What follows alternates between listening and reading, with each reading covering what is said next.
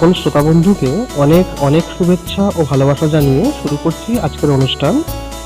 শ্রোতা বন্ধুরা, আজকের আমাদের আলোচনার বিষয় মুরগির গ্রীষ্মকালীন সমস্যা ও তার প্রতিকার।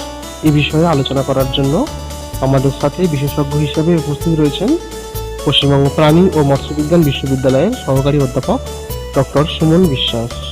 নমস্কার ডক্টর বিশ্বাস। নমস্কার। নমস্কার সাথী ভাইরা। আজকের আমাদের বিষয় মুরগির গ্রীষ্মকালীন সমস্যা ও তার প্রতিকার। তো গ্রাম বাংলায় তো প্রত্যেক বাড়িতেই মোটামুটি মুরগি পালন হয়ে আসছে, এবং এই যে মুরগির যে গ্রীষ্মকাল, এই সময়ের যে সমস্যা, এটা নিয়ে যদি একটু আমাদের প্রথমে আলোকপাত করেন, কি কি ধরনের সমস্যা হয় এবং কেন হয়? মুরগির মূলত সমস্যা গ্রীষ্মকালীন সময়ে যেটা হয় সেটা অন্য কাল থেকে অনেকটাই আলাদা। তার কারণ হচ্ছে মুরগির দেহের যে দৈহিক তাপমাত্রা সেটা মোটামুটি ভাবে 103.5 থেকে 105 ডিগ্রি ফারেনহাইট। কিন্তু আমাদের পশ্চিমবাংলায় গ্রীষ্মকালীন যে সময় যে তাপমাত্রাটা থাকে সেটা মোটামুটি ভাবে 38 থেকে 42 ডিগ্রি সেন্টিগ্রেড।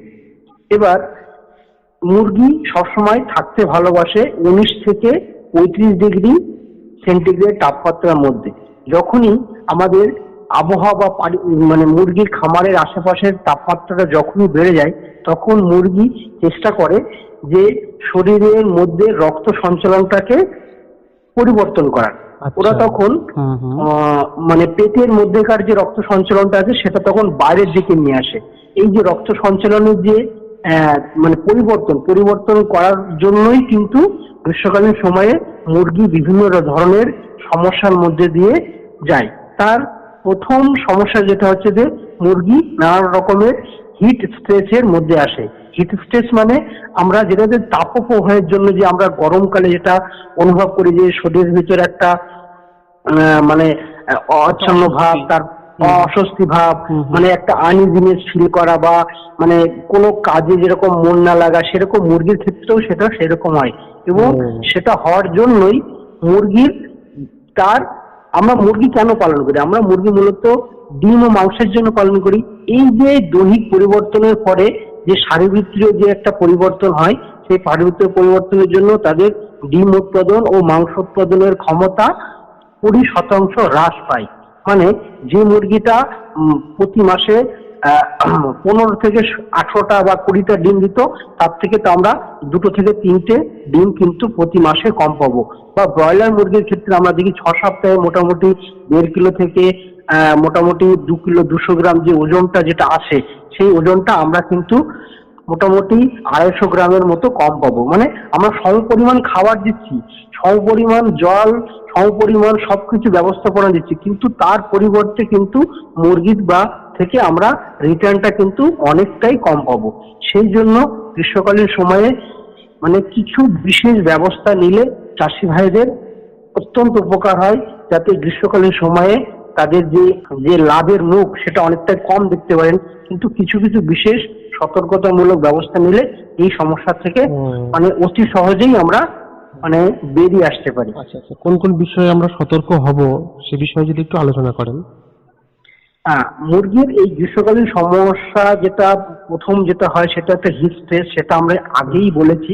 সেটা গ্রীষ্মকালীন সমস্যা বলতে ঠিক কি হয়, কি সমস্যাটা হয়? মানে কি তাপপ্রবাহের জন্য একটা অস্বস্তি মনোভাব? হ্যাঁ, তাপপ্রবাহের জন্য অস্বস্তি একটা মনোভাব, মানে অস্বস্তি ব্যাপার, যেটার জন্য ও নিজের শারীরবৃত্তীয় প্রক্রিয়া অনেকটাই সবকিছুকে হ্রাস করে ফেলে। তার জন্য মুরগির যে ডিম উৎপাদনের ক্ষমতা ঝিমিয়ে পড়ে, ও ডিম উৎপাদনের ক্ষমতা অনেকটা কম হয়। এবং সেই জন্যই চাষিরা সেই সময় লাভের মুখটা দেখতে পায় না। আর কি কি সমস্যা হয়? আরো আরেকটা যেটা সমস্যা হয়, যেটা আমরা ইংরেজিতে বলি গাউট মানে যেটা আমরা বয়স্কদের ক্ষেত্রে খুব বেশি দেখি, যেটা হচ্ছে যে হাঁটুতে ব্যথা বা শরীরের কোনো অংশে ব্যথা। সেই ব্যথার জিনিসটাও কিন্তু মুরগিরা তখন ফিল করে। কারণ এই যে গ্রীষ্মকালীন সময়ে যে পাত্রেতে আমরা জল দিচ্ছি মুরগির, সেই মুরগির যে জলের যে পাত্রটা সমেত যে জলটা থাকে সেটা অত্যন্ত গরম হয়ে যায়, মানে তক্ত হয়ে যায়। সে তক্ত অবস্থায় জল কিন্তু মুরগি গ্রহণ করতে চায় না, বা মুরগি জলের কাছে যেতে ভয় পায়। সেই সময় ও কম পরিমাণে জল গ্রহণ করে। এই কম পরিমাণ জল গ্রহণ করার ফলে যে শরীরের মধ্যে যে তাদের যে আমরা বৃক্ক বলি, যেটা কিডনি বলি ইংরেজিতে, সেটা মানে পুরোপুরি ভাবে ক্রিয়াশীল থাকে না। সেই জন্য শরীরের থেকে অনেক পরিমাণ লবণ কিন্তু বেরিয়ে যেতে পারে না, যেটা আমরা মানে মুরগির যে মলমূত্র একসাথেই তো বেরোয়, সেখান থেকে বেরোতে পারে না। ফলে সেইগুলো শরীরের বিভিন্ন অংশে জমা হয়। বিশেষ করে যে যে হাড়ের সংযোগস্থল এবং ভিতরে যে অঙ্গ মানে হৃৎপিণ্ড বলুন, কিডনি বলুন, তারপরে পাকস্থলীর আশপাশে সেগুলো জমা হয়। জমা হওয়ার পরে মুরগি হাঁটতে চলতে খুব অসুবিধা হয় এবং মুরগি সহজেই পঙ্গু হয়ে যায়। এই যে সমস্যাটা হচ্ছে, এটা ইংরেজিতে গাউট বলি, বা এর বাংলা কোনো নামকরণ এখনো হয়নি। এই সমস্যা থেকে অচিরেই কিন্তু আমাদের বেরিয়ে আসতে হবে, যেটা গ্রীষ্মকালীন সময় খুব বেশি দেখা যায়। তাহলে মুক্তির উপায়, এই যে গাউট থেকে, হ্যাঁ, গাউট থেকে মুক্তির উপায় যদি আমরা দেখি, সেটা হচ্ছে যে পাত্রে আমরা জলদান করছি সেটা যেন ধাতব কোনো পাত্র না হয়, এবং যে পাত্রে দিচ্ছি সেই পাত্রটা আমরা কি অন্য সময় যেটা কি করি, সকালের দিকে একবার জল দিই মুরগির খামারে, আর বৈকাল বেলা একবার জল দিই। কিন্তু গ্রীষ্মকালীন সময়ে জলটা মোটামুটি 4 থেকে 5 বার দিতে হবে, এবং সবসময় শীতল পানীয় জল দিতে হবে, যাতে মুরগি জলের কাছে যেতে কোনো রকম ভয় না পায় এবং প্রয়োজনের তুলনায় বেশি পরিমাণ জল গ্রহণ করে। তাহলে জল গ্রহণ করলে, শীতল পানীয় জল যদি গ্রহণ করে, তাহলে মুরগি অনেক সুস্থ বোধ করবে এবং তার ভিতরে যে কিডনিটা আছে সেটা অত্যন্ত সক্রিয়শীল হবে, এবং বিভিন্ন ধরনের যে খাবারের মাধ্যমে বা শরীরের যে বিপাকীয় ক্রিয়ার মাধ্যমে যে লবণ তৈরি হয়, সেই লবণটা শরীর থেকে বেরিয়ে যেতে পারবে, এবং যে হাড়ের সংযোগস্থল বা শরীরের মধ্যে যে লবণ সঞ্চারটা কম হবে, এবং তার থেকে আমরা অতি সহজে রেহাই পাবো। বা অনেক সময় যদি চাষি ভাইয়েরা এই সমস্যা সম্মুখীন হয়েও থাকে, তার জন্য আমরা চিকিৎসকের সাহায্য নেব, এবং আপনাদের মাধ্যমে একটা বার্তাও দিতে চাই, যেটা আমরা পটাশিয়াম ক্লোরাইড যদি আপনারা ঠান্ডা শীতল পানীয় জলে 1 লিটার জলে যদি 1 গ্রাম করে মিশিয়ে এই গ্রীষ্মকালীন সময় যদি মুরগিকে বা মুরগির খামারের দিতে পারেন, তাহলে কিন্তু এই সমস্যা থেকে সহজেই মানে বেরিয়ে আসা যায়, এবং মুরগির যে গাউট কথাটা যেটা বারবার বলছি, সেখান থেকে অনেকটাই নির্মূল আমরা হতে পারি আর। এছাড়াও আপনি আরো একটি সমস্যার কথা বলছিলেন, সেটা যদি বলেন। হ্যাঁ, আরেকটা সমস্যা, প্রথমে যেটা বলি হিট স্ট্রেস মেন, কিন্তু হিট স্ট্রেস থেকে বাঁচার জন্য আমাদেরকে কিছু কিছু মানে বিজ্ঞানসম্মত উপায়ে ব্যবস্থা নিতে হবে, যেটা ঘরের যে আমরা জেনারেলি যে ঘরগুলো আমরা মুরগির খামারের জন্য তৈরি করি, সেই খামারের যে ঘর, সেই ঘরের উচ্চতা কিন্তু একটু বাড়াতে হবে। মোটামুটি 10 ফিট হলে হয়, 10 ফিট হলে খুব ভালো হয়। এবং মুরগির যে খামারের যে মেঝে আছে, সেই মেঝে থেকে 3 ফুট উঁচু পর্যন্ত আমরা একটা কংক্রিটের ওয়াল দিয়ে, তারপরে তার জালির বেড়া বা নলি বাঁশের বেড়া দিয়ে আমরা চারিদিক ঘিরে দিতে পারি, এবং প্রত্যেকটা দিক মানে উত্তর দিক, দক্ষিণ দিক, পূর্ব দিক, পশ্চিম দিক সব দিকে উন্মুক্ত থাকবে, যাতে হাওয়া চলাচলটা সবসময় ভালো হয়। আর হিট স্ট্রেস থেকে বাঁচার জন্য যদি যেখানে বিদ্যুতের সরকারি সাহায্যপ্রাপ্ত বিদ্যুৎ বা চাষি ভাইদের যদি সামর্থ্য থাকে, তাহলে ঘরের উপর থেকে আমরা কিন্তু ফ্যান, বৈদ্যুতিক পাখা আমরা কিন্তু লাগাতে পারি। সেই লাগানোর হলে তাহলে ঘরের ভিতরে যে হাওয়াটা কিন্তু চারিদিকে ছড়িয়ে পড়বে, এবং ঘরের মধ্যেকার যে তাপমাত্রা সেটা আস্তে আস্তে কমবে। আর আরেকটা জিনিস আমরা করতে পারি, যে অনেক চাষি ভাইরাই মানে আমরা দেখেছি, বা আমরা বিভিন্ন যখন গ্রামে পরিদর্শন করেছি, সেখানে যখন তাদের মনে হয় তখনই কিন্তু খাবারটা দিয়ে দেয়। কিন্তু গ্রীষ্মকালীন সময়ে যখন প্রচন্ড তাপপ্রবাহ চলছে, সেই সময় আমাদের অবশ্যই মনে রাখতে হবে, সকাল 11:30 থেকে দুপুর 2টা পর্যন্ত কোনো খাবার দেওয়া যাবে না। তার কারণ আমি বলছি, এই সময়ে খাবার দিলে যখন মুরগি খেয়ে নেবে, তার বিপাকীয় ক্রিয়ার ফলে যে তাপ উৎপাদন হবে, এবং বাইরে যে একটা তাপপ্রবাহ চলছে, সবকিছু মিলিয়ে তখন মুরগি কিন্তু প্রচন্ড পরিমাণে অস্বস্তিতে ভুগবে। আমরা ওই সময়ে কোনো খাবার মুরগিকে দিতে দেব না। 2 নম্বর কথা হচ্ছে, শীতল পানীয় জল 2 থেকে 3 ঘন্টা অন্তর অন্তর দিতে হবে, এবং তার সাথে যদি আমরা ওআরএস দিতে পারি খুব ভালো। যদি ওআরএস কেনার সামর্থ্য যদি কোনো চাষি ভাই না থাকে, সেক্ষেত্রে নুন চিনি জল করে এই ঠান্ডা নুন চিনির জল কিন্তু আমরা 2-3 ঘন্টা অন্তর অন্তর দিতে পারি। তৃতীয় নম্বর একটা পয়েন্ট আমি অবশ্যই চাষি ভাইদের ক্ষেত্রে বলবো, ধাতব কোনো পাত্রে খাবার বা জল দেবেন না। কারণ ধাতব পাত্র পরিবেশ থেকে তাপ শোষণ করে নেয় এবং শোষণ করে নিয়ে সেই যে জলটা আপনি রেখেছেন সেই জলটাকে আরো তাপিয়ে তোলে। সেক্ষেত্রে মুরগির জল খাওয়ার প্রবণতাটা অনেকটা কমে। সেক্ষেত্রে আপনার গ্রীষ্মকালীন সময়ে প্লাস্টিকের তৈরি জলের পাত্র, খাবারের পাত্র দেওয়াটা অত্যন্ত সুবিধাজনক এবং সময় উপযোগী। ঠিক ঠিক। তৃতীয়তম কথা হচ্ছে যে ঘরের ছাদে আমরা বিচুলি বা কোনো পাতা, মানে যেখানে যেরকম ভাবে পাওয়া যায়, অনেক সময় সুন্দরবন এরিয়া যেন হুগলা পাতা বা এগুলো দেওয়া যেতে পারে, বা যদি কোনো না কিছু পাতা যদি পেলেন না, তাহলে আমরা চটের বস্তা কিন্তু যে ছাউনি আছে, মানে ঘরে যে ছাদ আছে তার উপরে আমরা দিয়ে দিতে পারি এবং সেখানে সময়ে সময়ে একটু জল যদি আমরা স্প্রে করে দিই তাহলে ঘরের মধ্যেকার যে তাপমাত্রা সেটা অনেকটাই কমে যাবে। আর তৃতীয় নম্বর হচ্ছে যে ঘরের যে দেওয়ালটা আছে সেই দেওয়ালের যে ফাঁকা অংশে আমরা নির্দিষ্ট দূরত্ব বরাবর আমরা কিন্তু চটের থলি দিয়ে দিতে পারি এবং সেখানে দিনে 2-3 বার করে জল স্প্রে করলে সেই জল শরীরে, মানে ঘরের মধ্যেকার যে গরম হাওয়াটা সেটা কিন্তু অনেকটাই টেনে নেবে এবং তাতে মুরগি বা ছোট ছোট যে বাচ্চা মুরগি যে খামারের মধ্যে আছে তারা অনেকটা সুস্থ বোধ করবে। এবং কিন্তু সবসময় আমাদের এই ছাউনি দেওয়া বলুন বা উপরে দেওয়া বলুন বা আশেপাশে যে আমি চটের বস্তা দিই সেটা কিন্তু নির্দিষ্ট দূরত্ব মেনে দিতে হবে, কারণ ঘরের মধ্যেকার আলো প্রবেশে যেন কোনো রকম বাধা সৃষ্টি না হয় সেই ব্যাপারটা আমাদের প্রথম থেকেই দেখতে হবে। ঠিক। আর গ্রীষ্মকাল মানেই তো একটা কালবৈশাখীর ব্যাপার রয়েছে। হ্যাঁ, এই কালবৈশাখীর ক্ষেত্রে তো একটু সাবধানতা অবলম্বন করতে হবে। তো যদি আপনি একটু কিছু সহজ পরামর্শ আমাদের দিয়ে দেন। হ্যাঁ, কালবৈশাখী তো গ্রীষ্মকালীন সময়ে পশ্চিমবঙ্গের একটা বিশেষ সমস্যা। সেই জন্য চাষি ভাইদের বা যারা মুরগির খামার তাদের উদ্দেশ্যে বলবো, আমরা আমাদের আবহাওয়া দপ্তরের সাথে নিয়মিত যোগাযোগ রাখতে হবে এবং কোন দিক থেকে হাওয়া কোন দিকে যাবে সেই ব্যাপারটা কিন্তু আমাদেরকে লক্ষ্য রাখতে হবে। কারণ আমরা যে মুরগির খামারটা তৈরি করে দিই সেটা কিন্তু চারিদিকেই খোলা।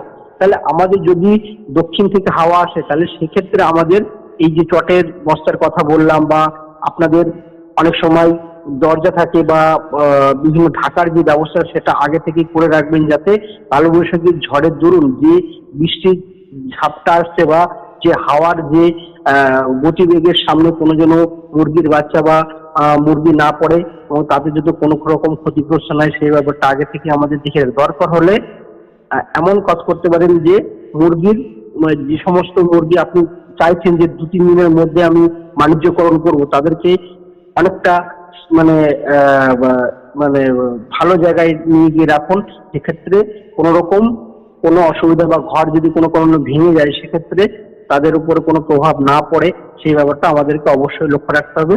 আর ঘরের কালবৈশাখীর দরুন যে বৃষ্টি বা হচ্ছে সেটাতে যেন ঘরের যে অংশে খাবার থাকছে মুরগির খাবার সেখানে কোনো রকম যেন বৃষ্টির জল যাতে না ঢোকে, কারণ বৃষ্টির জল যখনই খাবারের মধ্যে যাবে সঙ্গে সঙ্গে কিন্তু ওখানে আমরা জানি যে মুরগির খাবারে প্রচন্ড পরিমাণ প্রোটিন থাকে এবং তাতে তৈল জাতীয় খাবার থাকে এবং সেগুলোর সংস্পর্শে যখনই আসবে তখনই সেখানে ছত্রাকের জন্ম নেবে।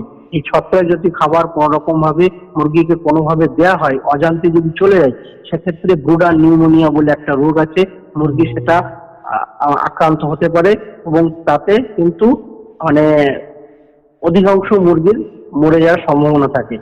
এবং যেদিনই ঝড় বৃষ্টি হবে তার পরের দিনই কিন্তু আমাদের যে খাবারের যে ব্যাগগুলো আছে সেগুলোকে উন্মুক্ত করে যদি কোনো অংশ ভিজে যায় সেগুলো একটা বড় চটের জায়গা বা বড় কোনো একটা পরিষ্কার জায়গাতে ঢেলে সেগুলোকে শুকিয়ে নিয়ে আবার নির্দিষ্ট স্থানে প্যাকেট ভর্তি করে রাখাটাই আমার মনে হয় বাঞ্ছনীয়। আর মুরগির বিষয়ে আলোচনা করতে গেলেই খুব সহজে চলে আসে বার্ড ফ্লুর কথা, তাই তো? বার্ড ফ্লুটা ঠিক কোন সময় নাগাদ বেশি হয়?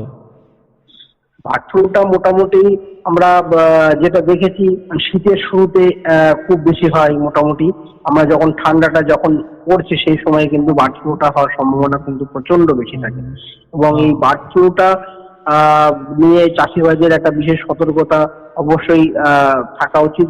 তার জন্য চাষি ভাইদের বিভিন্ন রকমের এখন বাজারে প্রচুর রকমের ওষুধ আছে, সেগুলোকে আমাদেরকে অবশ্যই গ্রহণ করতে হবে, এবং রোগটা যাতে খামারের মধ্যে না ঢোকে, তাতে কিছু যাতে ইমিউনিটি বাড়ে, মানে অনেক ক্ষমতা বা রোগ প্রতিরোধ ক্ষমতা বাড়ে, সেই ধরনের কিছু ওষুধ আমাদেরকে অবশ্যই ডাক্তারবাবুর পরামর্শ মেনে বা আমাদের ইউনিভার্সিটিতে যারা বিশেষজ্ঞ আছে তাদের পরামর্শ মেনে অবশ্যই গ্রহণ করা উচিত।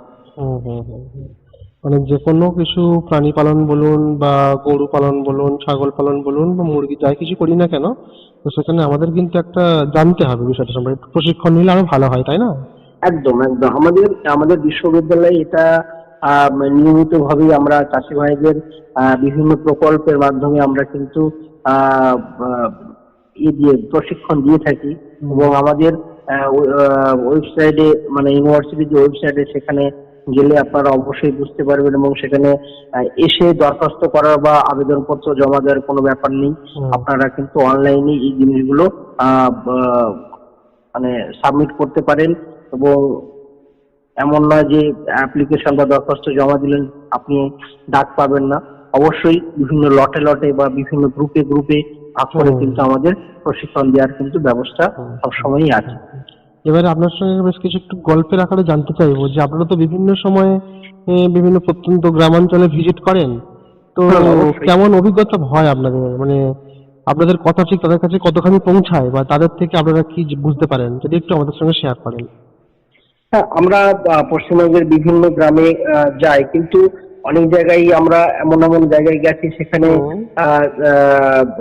বিজ্ঞানসম্মত ভাবে এখনো তারা প্রতিপালন করেন না, বা কিছু কিছু যেমন জায়গায় গেছি সেখানে কিন্তু আমাদের ডাক্তারবাবুদের কথা পরামর্শ মেনে আমাদের মিশ্র প্রতিক্রিয়া আমরা অনেক জায়গাতেই পেয়ে থাকি, যেখানে আমরা মোটামুটি দেখি যে বিজ্ঞানসম্মত উপায়ে মানা হচ্ছে না, সেখানে আমরা যতটা সম্ভব চাষিদেরকে তাদের লোকাল ল্যাঙ্গুয়েজে বা তাদের সাথে মিলেমিশে যতটা আমরা উপকার করার, মানে বা যতটা পরামর্শ সহযোগিতা করা যায়, তাই তো? অবশ্যই অবশ্যই। আমাদের বিভিন্ন প্রকল্প আছে, তাতে বিভিন্ন ভাবে আমরা মুরগির ভিটামিন পাউডার, কৃমির ওষুধ এবং ভিটামিন সিরাপ বা ডিম আরো ভালো করে কি করে তাওয়া দেবেন, বা তাওয়া দিয়ে ভালো জাতের মুরগি তৈরি করবেন, বা কোথা থেকে গেলে আপনার মোটামুটি কম দামে উন্নত মানের মুরগির বাচ্চা পাবেন, এবং সেগুলো পরিচর্যা করে বা লালন পালন করে আপনারা ব্যবসায় বা যে করছেন তাদের যাতে মুরগি পালন করে একজন প্রাণী পালক বন্ধু একটু উন্নতির মুখ দেখতে পান, সে বিষয়টা আপনারা পরামর্শ দেন, তাই তো? অবশ্যই অবশ্যই, আমরা সবসময় সেই চেষ্টাটা আমরা অবশ্যই করি। তো আমরা তো অনুষ্ঠানে অনেকখানি এগিয়ে গেছি, তো অনুষ্ঠান তো আমাদের সময়ের মাধ্যমে বাধা, আমাদের শেষ করতেই হবে। তো একটু যদি একটা সংক্ষিপ্ত ধারণা দেন যে একজন মুরগি পালক তার যে ফার্মটাকে শুরু করবেন, হ্যাঁ, সে কোন কোন বিষয়টা খেয়াল রাখবেন, একটা আদর্শ মুরগি খামার বলতে আমরা ঠিক কি কি বুঝবো, যদি একটু আপনি সংক্ষেপে একটু আলোচনা করে দেন। হ্যাঁ, আদর্শ মুরগির খামার করতে গেলে আমাদেরকে সবসময় একটা জিনিস মাথায় রাখতে হবে, যে আমাদের মুরগির খামারটার জন্য সবসময় পূর্ব থেকে পশ্চিমে কিন্তু লম্বায় হতে হবে। কারণ আমাদের দেশে কিন্তু আমরা গ্রীষ্ম প্রধান দেশ, সেই দেশে কিন্তু দক্ষিণ দিক দিয়ে হাওয়া বয়, আর শীতকালে কিন্তু উত্তর দিক দিয়ে হাওয়াটা বয়। কিন্তু শীতকালে আমাদেরকে উত্তর দিকটা সবসময় গার্ড করে রাখতে হবে, যাতে ঘরের মধ্যে ঠান্ডা বাতাস না ঢোকে, যাতে মুরগির নিউমোনিয়া যাতে কোনো রকম রোগ না হয়।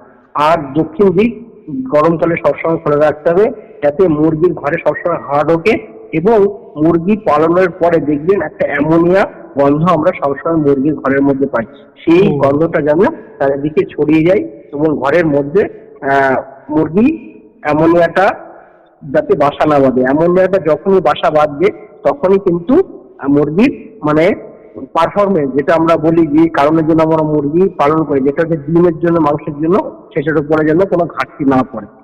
আর প্রথম কথা হচ্ছে যে মুরগির মেঝেটা সবসময় একটু কংক্রিট করতে হবে, যাতে আমরা মুরগিটা খামারটা তো সবসময় মাঠের পাশে করি, যাতে আমাদের দেশে কিন্তু ইঁদুরের উৎপাত আছে বা বিভিন্ন ধরনের যে সাপের উপদ্রব আছে, মানে মুরগির মেঝেটা সবসময় যদি কংক্রিট করি তাহলে এই সমস্যা থেকে আমরা মুক্ত। কারণ অনেক সময় এমনও দেখা গেছে যে মুরগির মেঝেটা যদি মাটির হয়, কিছুদিন পরে দেখা গেল যে ইঁদুর গর্ত খুঁড়ে ওখান দিকে মানে মুরগির বিভিন্ন যে খাবারগুলো সেগুলো মানে খেয়ে নিচ্ছে এবং তার সাথে সাথে মুরগির খাবারটাকে নষ্ট করছে, এবং ইঁদুররা কিন্তু বিভিন্ন ধরনের রোগ কিন্তু মুরগিদের দিয়ে ছড়িয়ে দিচ্ছে, এবং তাতে অচিরে দেখা গেলো যে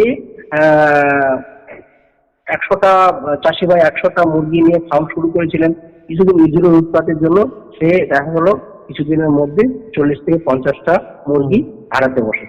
সেই জিনিসগুলো আমাদের সবসময় খেয়াল রাখতে হবে।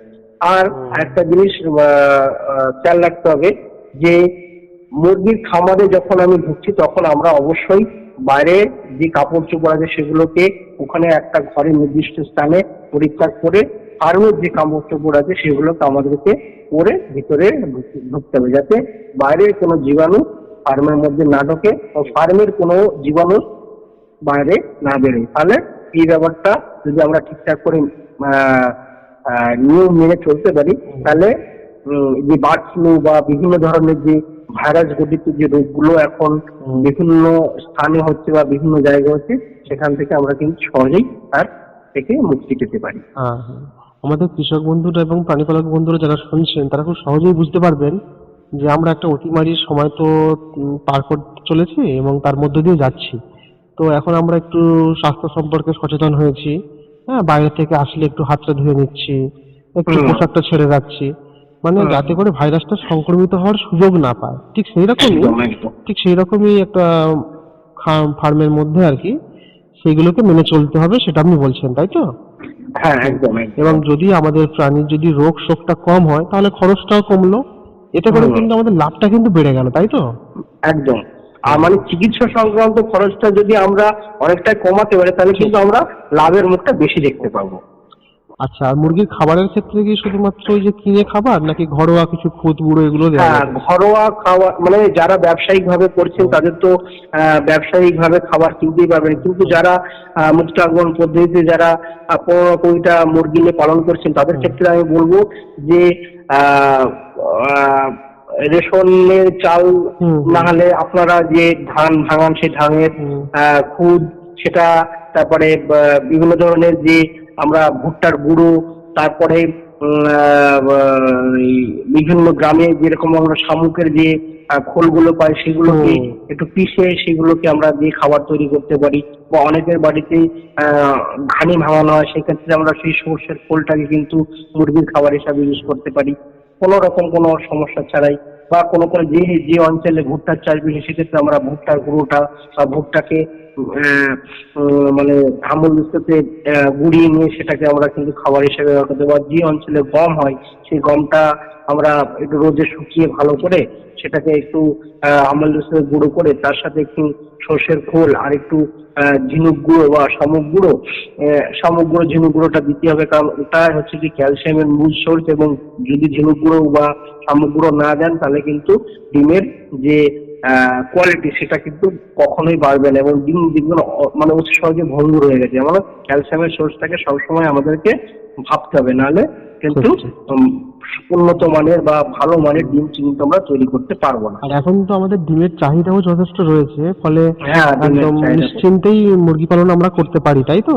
হ্যাঁ, মুরগি পালন করে আমরা লাভজনক ব্যাপার আছে, এবং গ্রামের যারা শিক্ষিত যুবতীরা কিন্তু সহজেই ব্যাংকের মাধ্যমে লোন নিয়ে বা আমাদের অনেক এখন প্রাণী সম্পদ দপ্তরে বিভিন্ন ধরনের প্রকল্পের মাধ্যমে কিন্তু যেরকম লোন দিচ্ছে, মানে মাধ্যমে সহযোগিতা পাচ্ছে, তাই তো? হ্যাঁ হ্যাঁ হ্যাঁ। কিন্তু সকলকে আমরা সবসময় জানতে পারি না, না কখন কিভাবে হচ্ছে, একটু খোঁজ খবর রাখলে জানা যাবে। কিন্তু এখন প্রতিটা ব্লকে কিন্তু চালু হয়ে গেছে। আচ্ছা, কিষাণ ক্রেডিট কার্ডের মাধ্যমে কিন্তু আমরা যে রাষ্ট্রায়ত্ত ব্যাংক বা যেগুলো কোঅপারেটিভ ব্যাংক তাতে কিন্তু আমরা যে ব্লক প্রাণী স্বাস্থ্য আধিকারিক আছেন যিনি আমরা সংক্ষেপে বলি যে বিএলডো, তাদের কাছে গিয়ে কিন্তু আবেদনপত্র জমা দিলেই কিন্তু, আর একটু ব্যাংকের সাথে নিজে থেকে উদ্যোগ নিয়ে যোগাযোগ করলেই কিন্তু সহজ কিস্তিতে কিন্তু লোনের সুবিধা কিন্তু আছে। এবং এই করে আমি হুগলির প্রত্যন্ত এলাকায় বিভিন্ন জায়গায় ঘুরেছি, বা দক্ষিণ চব্বিশ পরগনা বা উত্তর চব্বিশ পরগনা বিভিন্ন জায়গায় ঘুরেছি। অনেক বেকার যুবক যুবতী যারা শিক্ষিত আছেন তারা কিন্তু সহজেই লাভের মুখ কিন্তু এতে দেখছেন। হয়তো প্রথম বছর একটু সমস্যা বা ক্ষতিগ্রস্তের মধ্যে পড়েছে, কিন্তু দ্বিতীয় বছর থেকেই তারা কিন্তু লাভের মুখ দেখা শুরু করেছে এবং একটা মানে রোজগারের একটা নির্দিষ্ট তারা দিশা পেয়েছে আর কি। বাহ বাহ, মানে এগুলো শুনলে খুব ভালো লাগে যে একদম যেটাকে আমরা একদম হয়তো অবহেলার চোখে দেখি, কিন্তু সেগুলো যদি একটু যত্ন সহকারে করা যায় এবং আপনাদের মতো যারা বিশেষজ্ঞরা রয়েছেন তাদের পরামর্শ নিয়ে যদি চলা যায়, কিন্তু একটা সাফল্যতা আমরা দেখতে পারি, তাই তো? হ্যাঁ, অবশ্যই। আর কোনো সমস্যা হলে যে আমাদের কিন্তু ব্লকে 3 জন কিন্তু ডাক্তারবাবুরা সবসময় থাকেন। একজন হচ্ছে যে ব্লক প্রাণী স্বাস্থ্য আধিকারিক, আর একজন হচ্ছে যে আমাদের ভিও সাহেব, যেটি ভেটেরিনারি যিনি ডাক্তারবাবু আছেন তিনি অতিরিক্ত প্রাণী স্বাস্থ্য কেন্দ্রে এবং ব্লক প্রাণী স্বাস্থ্য কেন্দ্রে কিন্তু একজন একজন করে আছে। তাছাড়া প্রাণী মিত্ররা, প্রাণী বন্ধুরা, প্রাণী সেবীরা, তারপরে পঞ্চায়েতেও রয়েছে। হ্যাঁ, প্রত্যেকটি পঞ্চায়েতে রয়েছে এবং তাদের কাছে কিন্তু কৃষি বিজ্ঞান কেন্দ্র আছে। হ্যাঁ, তাছাড়া আমাদের বিশ্ববিদ্যালয়ের অধীনস্থ দুখানা কৃষি বিজ্ঞান কেন্দ্র আছে, যেটা হচ্ছে যে একটা অশোকনগরের কৃষি বিজ্ঞান কেন্দ্র এবং রামসাই যেটা জলপাইগুড়িতে কৃষি বিজ্ঞান কেন্দ্র এবং মুর্শিদাবাদে আমরা দীঘার কৃষি বিজ্ঞান কেন্দ্র, তাদের সাহায্য নিতে পারেন। এবং কোন রকম যদি ভাবে যদি আমাদের মোহনপুরে একটা ক্যাম্পাস রয়েছে, সেখানে আপনারা এসে পরামর্শ নিতে পারেন। এবং বেলগাছিতে আমাদের কলকাতার বুকে যারা কলকাতার আশেপাশে থাকেন তারা ব্যবসায়িক বাণিজ্যিক ভিত্তিতে যদি মুরগি পালন করতে চান, আমাদের বেলগাছিতে যে ইউনিভার্সিটির যে প্রধান কেন্দ্র আছে সেখানে এসে কিন্তু যোগাযোগ করতে পারেন। এবং সেখানে ফার্ম অধিকর্তা আছেন, মানে খামার ও সম্প্রসারণ অধিকর্তা আছেন, তাদের কাছে গিয়ে আপনারা নির্দিষ্ট নিয়ম নীতি মেনে যদি দরখাস্ত করেন, সেখানেও আপনার প্রশিক্ষণ পাওয়ার ব্যবস্থা করতে পারেন। এবং প্রশিক্ষণ শেষে আমরা কিন্তু একটা সার্টিফিকেটেরও ব্যবস্থা করি, যেটা লোনের ক্ষেত্রে খুব জরুরি। মানে লোনের যখন আপনারা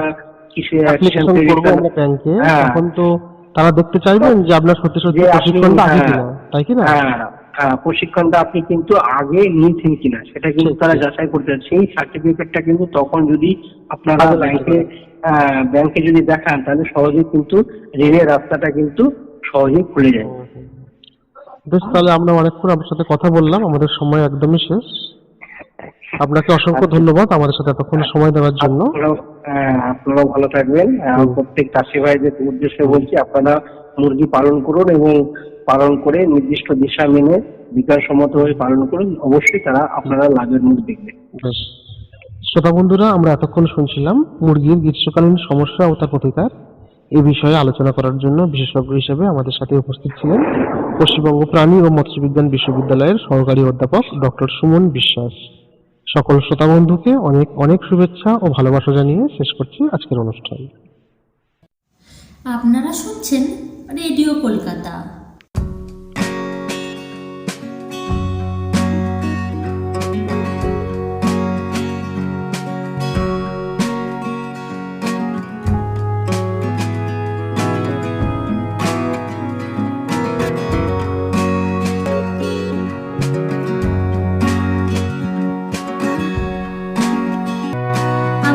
সরকার আপনাদের সাথে রয়েছে রেডিও কলকাতা।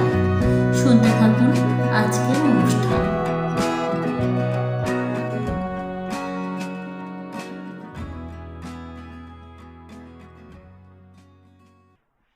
শ্রোতা বন্ধুরা, এখন আমাদেরই একজন প্রগতিশীল কৃষক বন্ধু সুন্দরবনের অশোক হালদার, তার কণ্ঠে শুনব একটি লোকগীতি।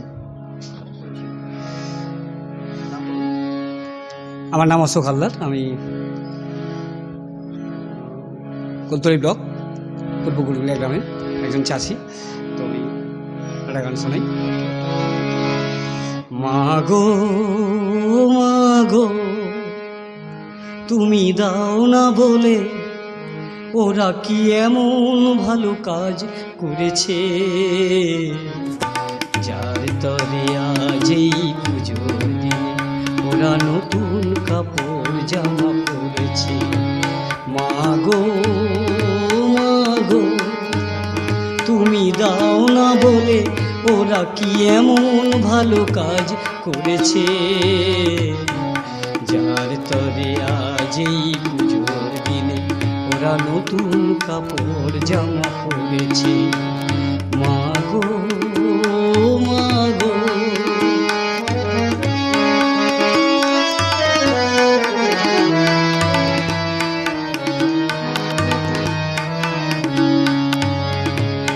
আমি তো ওদের মতন ছেলে, কাটে না কেন দিবস রাতি ওদের মতো হেসে খেলে। আমি তো ওদের মতন ছেলে, কাটে না কেন দিবস রাতি ওদের মতো হেসে খেলে। কোন দোষে বলো মোদের ভাগটা পুড়েছে, যার তরে আজ এই পুজোর দিনে ওরা নতুন কাপড় জামা পরেছে। মাগো মাগো তুমি দাও না বলে ওরা কি এমন ভালো কাজ করেছে, যার তরে আজ এই পুজোর দিনে ওরা নতুন কাপড় জামা পরেছে। মাগো মাগো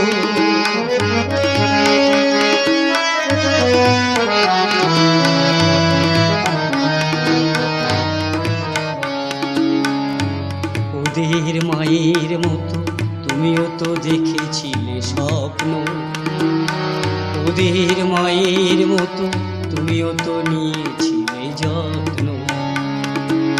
ওদের মায়ের মতো তুমিও তো দেখেছিলে স্বপ্ন, ওদের মায়ের মতো তুমিও তো নিয়েছিলে যত্ন।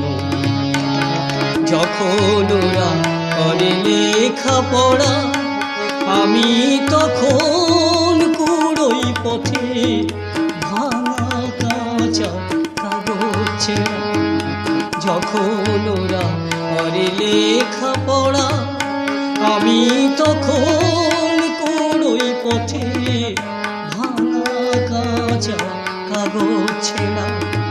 কোন দোষে বলো মোদের ভাগটা পড়েছে, যার তরে আজ এই পুজোর দিনে ওরা নতুন কাপড় জামা পরেছে। মাগো মাগো তুমি দাও না বলে ওরা কি এমন ভালো কাজ করেছে, যার তরে আজ এই পুজোর দিনে ওরা নতুন কাপড় জামা পরেছে। ওরা নতুন কাপড় জামা পরেছে, ওরা নতুন কাপড় জামা পরেছে। শ্রোতা বন্ধুরা, আপনারা এতক্ষণ শুনছিলেন সুন্দরবনের অশোক হালদার এর কণ্ঠে একটি লোকগান।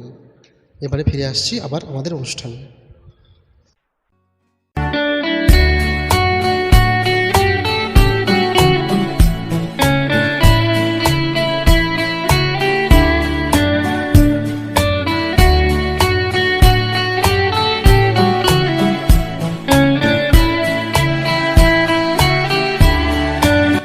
আজকে শুনলেন মুরগির গ্রীষ্মকালীন সমস্যা ও তার প্রতিকার সম্বন্ধে।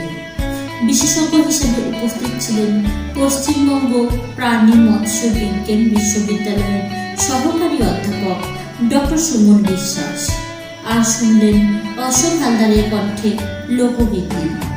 সাক্ষাৎকার গ্রহণ ও উপস্থাপনায় ছিলেন পবিত্র কুমার মণ্ডল, সম্পাদনায় শশী চক্রবর্তী, অলঙ্করণে সৃষ্টি রায় ও তনুশ্রী দে, সম্প্রচার সহায়তায় রাজু সর্দার, প্রযোজনা করেছেন রাজেশ্বর সাহা। আপনাদের সঙ্গে ছিলাম আমি বেবি সর্দার। প্রতি বুধবার ভারতীয় সময় ঠিক রাত ৯টায় রেডিও কলকাতায় শুনুন কৃষি বিষয়ক অনুষ্ঠান চাষবাস। আপনাদের কাছে আমাদের চাষবাস অনুষ্ঠানটি কেমন লাগছে সে বিষয়ে মতামত জানাতে কিন্তু ভুলবেন না। আমাদের ইমেল আইডি হলো radiokolkata@gmail.com। আবারও আগামীকাল হাজির হব আমরা নতুন অনুষ্ঠান নিয়ে। সকলে ভালো থাকুন, সুস্থ থাকুন আর শুনতে থাকুন রেডিও